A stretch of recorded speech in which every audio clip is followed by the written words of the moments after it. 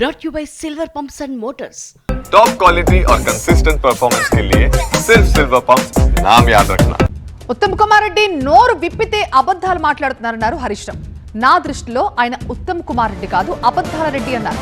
BRS ప్రభుత్వం ప్రాజెక్టుల నిర్వహణ కోసం జియో 45 ద్వారా 280 కోట్లను కేటాయించిందంటున్నారు హరీష్ రావు. కాంగ్రెస్ ప్రభుత్వం వచ్చాక ప్రాజెక్టుల నిర్వహణ గాలి కుదిలేసిందన్నారు.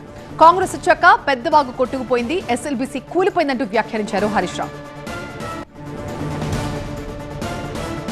మా ప్రతినిధి శివకుమార్ దీనిపై మరింత సమాచారం అందిస్తారు. తెలంగాణ రాష్ట్రంలో ప్రాజెక్టుల భద్రత నిర్వహణకు సంబంధించి రాజకీయ రగడ రాజుకుంటోంది. అయితే ఇదే అంశానికి సంబంధించి మనతో పాటు మాట్లాడడానికి మాజీ ఇరిగేషన్ శాఖ మంత్రి ప్రస్తుత ఎమ్మెల్యే హరీష్ రావు గారు ఉన్నారు. వారిని అడిగి మరిన్ని వివరాలు తెలుసుకుందాం. సార్ చెప్పండి, గత ప్రభుత్వ హయాంలో 10 ఏళ్ల కాలంలో ప్రాజెక్టుల నిర్వహణకు సంబంధించి ఒక్క పైసా కూడా ఇవ్వలేదు అన్నటువంటి అంశాన్ని ప్రస్తుత ఇరిగేషన్ శాఖ మంత్రి ఉత్తమ్ కుమార్ రెడ్డి ఆరోపిస్తున్నారు. దీనికి మీరేం సమాధానం ఇస్తారు? ఉత్తమ్ కుమార్ రెడ్డి ఆయన పేరు మార్చుకుంటే మంచిది. నా దృష్టిలో ఆయన ఉత్తమ్ కుమార్ రెడ్డి కాదు, అబద్ధాల రెడ్డి. నోరు విప్పితే అబద్ధాలు తప్ప, దొంగ మాటలు తప్ప ఒక్క నిజాయితీ గల మాట మాట్లాడాడు. బీఆర్ఎస్ ప్రభుత్వము జియో నంబర్ 45 ద్వారా ప్రాజెక్టుల నిర్వహణ కోసం 280 కోట్ల రూపాయలు కేటాయించింది.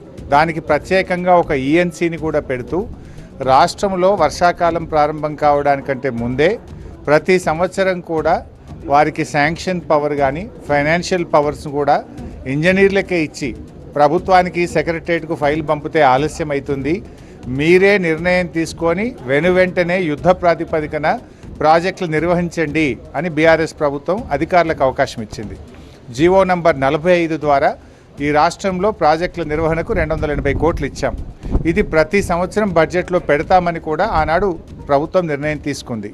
కానీ కాంగ్రెస్ ప్రభుత్వం వచ్చిన తర్వాత ప్రాజెక్టుల నిర్వహణను గాలి కొదిలి 280 కోట్ల రూపాయల బడ్జెట్ కేటాయింపులు ఇవ్వకపోవడం వల్ల, ఈఎన్సీలకు అధికారం ఇవ్వకపోవడం వల్ల ఈరోజు రాష్ట్రంలో ప్రాజెక్టులన్నీ కూడా ఆగమాగం అయిపోతూ ఉన్నాయి. కాంగ్రెస్ వచ్చినాక పెద్దవాగు ప్రాజెక్టు కొట్టుకుపోయింది. ఇదే మహబూబ్ నగర్ జిల్లాలో వట్టెం పంప్ హౌజు మునిగిపోయింది. ఇదే మహబూబ్ నగర్ నల్గొండ జిల్లాలో ఎస్ఎల్బీసీ టనలు కుప్పగూలిపోయిన పరిస్థితి. అదేవిధంగా నిన్న జూరాలలో 2 గేట్లు పడిపోయినటువంటి పరిస్థితి. దీని అంతటికీ కారణమేంది? ఈ ప్రభుత్వానికి అసలు పట్టు రాలేదు. ఈ ప్రభుత్వం ప్రత్యర్థుల మీద, ప్రతిపక్షాల మీద కేసులు పెట్టడం మీద ఉన్న శ్రద్ధ ప్రాజెక్టుల నిర్వహణలో కానీ పరిపాలన మీద ఈ ప్రభుత్వానికి లేకుండా పోయింది.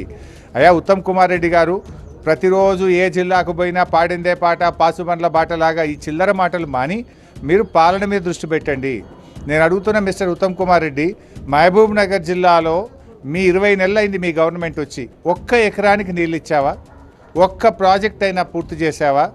ఇదే మహబూబ్ నగర్ జిల్లాలో బీఆర్ఎస్ ప్రభుత్వము 4,000 కోట్ల రూపాయలు ఖర్చు పెట్టి కల్వకుర్తి, నెట్టంపాడు, భీమా, కోయిల్ సాగర్ కింద 6,50,000 ఎకరాల కొత్త ఆయకట్టును తెచ్చి చూపింది బీఆర్ఎస్ ప్రభుత్వం. మీకు ఇదే జిల్లాలో ఆర్డీఎస్ కింద ఆయకట్టు రాకపోతే తుమ్మిళ్ళ లిఫ్ట్ పెట్టి ఏడాదిలోగా తుమ్మిళ్ళ లిఫ్ట్ పూర్తి చేసి 50,000 ఎకరాలకు నీళ్లు అందించింది బీఆర్ఎస్ ప్రభుత్వం. పాలమూరు జిల్లాను పూర్తిగా పచ్చబడాలని 30,000 కోట్లు ఖర్చు పెట్టి పాలమూరు ఎత్తిపోతల పథకంలో 90% పనులు పూర్తి చేశాం. ఇప్పుడున్నటువంటి ప్రభుత్వం ఏం చేస్తుంది? హనీమూన్ పీరియడ్ కూడా పూర్తయిపోయింది. అయినప్పటికీ కూడా ప్రాజెక్టులకు సంబంధించి నిర్వహణ గత ప్రభుత్వం ఇస్తున్నటువంటి 100 కోట్ల నిధులను ఈ ప్రభుత్వం మాత్రం కొనసాగించడం లేదనేటువంటి అంశాన్ని అయితే చెప్తా ఉన్నారు. ప్రతిపక్షాల మీద, ముఖ్యంగా బీఆర్ఎస్ మీద ఎన్ని రోజులను ఏడుస్తారు?